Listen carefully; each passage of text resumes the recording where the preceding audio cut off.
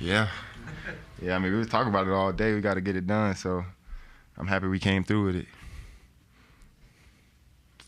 Is there something particularly rewarding about winning a game like this? It's physical against experienced teams rather than maybe winning a game that's not quite as physical, a little more free-flowing. Is there something sort of rewarding about getting one of these like grinded out type of games? Yeah, definitely. You know, when we play against Miami, it's gonna be a tough game, no matter what part of the season it's in. So, I thought we wouldn't want it any other way. For us to have to grind out and figure out how to win games.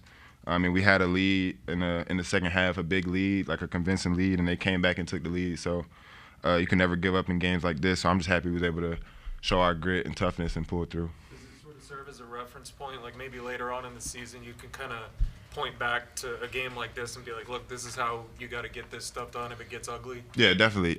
Especially to have that kind of experience this early in the season with those kind of games, I feel like it's only going to help us down the road. So, when we'll see them again, I'm sure it'll be another dogfight. There were games last season where you lost the lead and then weren't able to get it back. What's the difference between this year's club and maybe say last year's?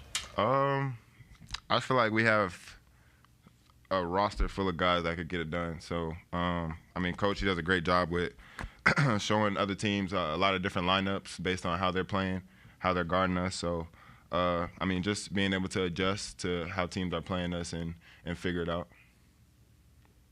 Steph, 8 assists tonight, only 2 turnovers. Turnovers had kind of been a issue for you in the first few games. Mm-hmm. Has that been like a film study thing?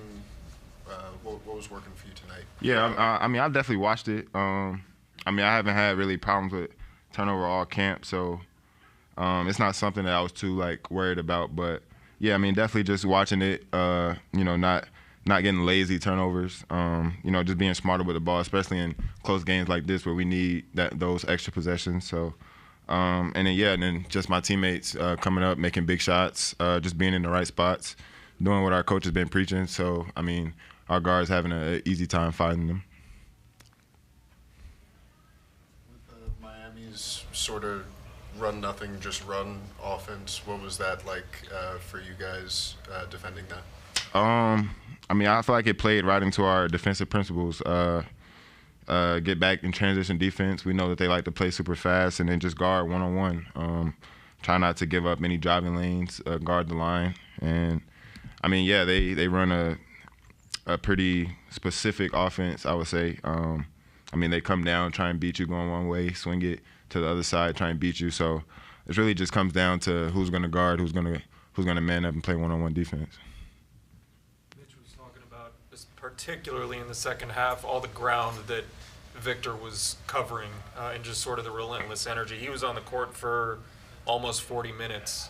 Can you speak to just the conditioning level that he's at this year and just his ability to wreck a game by being all over the court in that way? Yeah, he's been working his butt off all summer for that. So, just his presence being in the paint helps us so much to be more aggressive on the ball, especially with teams like this that are not really running too many sets, kind of more one-on-one, trying to get to the paint, draw two. So being able to have him as our low man is definitely a big help. What was the adjustment like for defending the Heat as the game went along? Because they do kind of some different stuff than other teams do.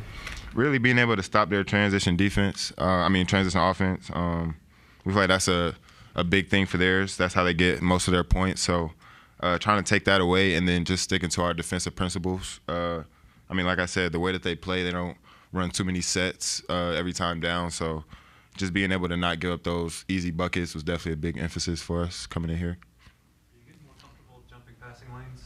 It seems like you're more aggressive there. Yeah.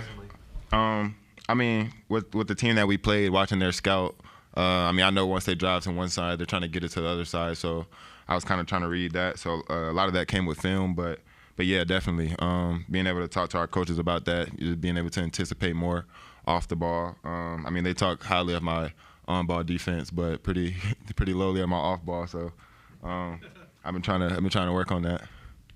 Does Vic give you that freedom where, like, if y'all funnel it down to him, y'all can kind of peel off and get into passing lanes for kickouts and things like that? Definitely.